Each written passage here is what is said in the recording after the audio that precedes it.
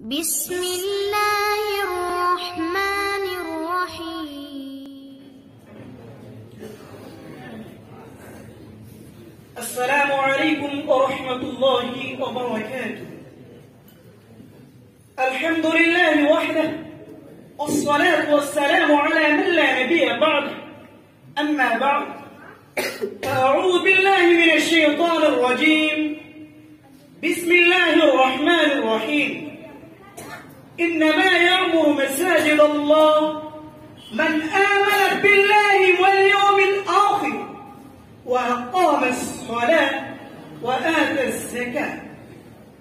وعن أبي هريرة رضي الله تعالى عنه قال: قال رسول الله صلى الله عليه وسلم: أحب البلاد إلى الله مساجدها، وأبغض البلاد إلى الله أسواقها.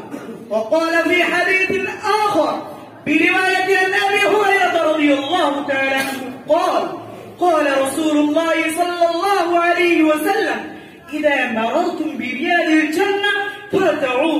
قيل: وما رياض الجنة يا رسول الله؟ قال: المساجد. قيل: وما ارتعوا؟ قال: سبحان الله والحمد لله ولا إله إلا الله والله أكبر.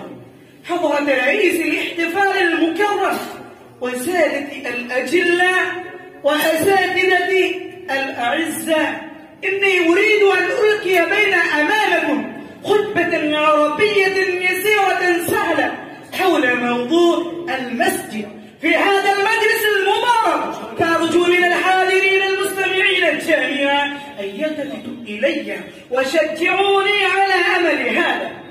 فيا عباد الله، المساجد بيوت الله يجتمع فيها المسلمون 5 مرات كل يوم لأداء الصلاة وطاعة الله والتعاون على البر والتقوى. إخواني، إذا دخلها الإنسان شعر بالأمان والطمأنينة في أعماق صدره وحس باليقين والخشوع، فإذا وقف يصلي بين يدي ربه تذكر أن له ربا عظيما قادرا خلقه وسوى، وهو الذي يحفظه ويرعاه ويجيبه إذا دعاه ويعطيه إن سأله، ويخرج من الصلاة مؤمنا قويا متفائلا محبا للخير.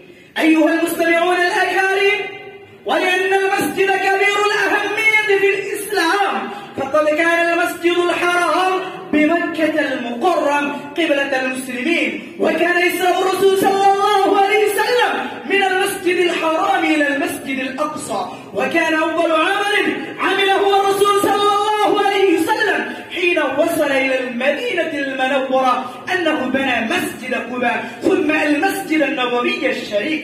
أيها الحاضرون، لذا شجع النبي صلى الله عليه وسلم المسلمين على بناء المساجد قائلا: من بنى لله مسجدا بنى الله له بيتا في الجنة. أيها الحاضرون، وكان المسجد في الإسلام هو المدرسة والجامعة التي يتعلم فيها المسلمون، ومنه تنطلق كتائب الداعين في سبيل الله ليحملوا نور الإسلام إلى الأرض كلها ويخرجون الناس من الظلمات إلى النور. وقد أثنى الله سبحانه على المؤمنين الذين يعمرون المساجد بالصلاة والذكر والدعاء وطلب العلم، فقال سبحانه وتعالى: إنما يعمر مساجد الله من آمن بالله واليوم الآخر وأقام الصلاة وآتى الزكاة ولن يخشى إلا الله. أيها الحاضرون، كما قال أبو هريرة رضي الله تعالى عنه: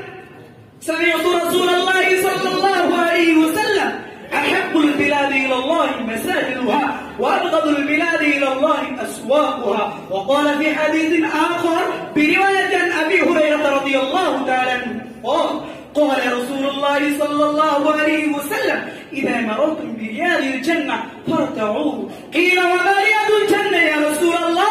قال: المساجد. قيل: وما ارتعوا يا رسول الله؟ قال: سبحان الله والحمد لله ولا إله إلا الله والله أكبر. وقال مالك بن دينار: المنافق في المسجد كالطير في القفص، والمؤمن في المسجد كالسلك في الماء. أيها الحضور، ومن آداب المسجد الهدوء فيه. وخفض الصوت عند الحديث، وأن يكون الكلام في ذكر الله وفيما ينفع المؤمنون، وأن نحافظ على نظافته وذاته، ونكون من رفاده وعماله لنكسب السعادة في الدنيا والفوز في الآخرة. والسلام عليكم ورحمة الله وبركاته.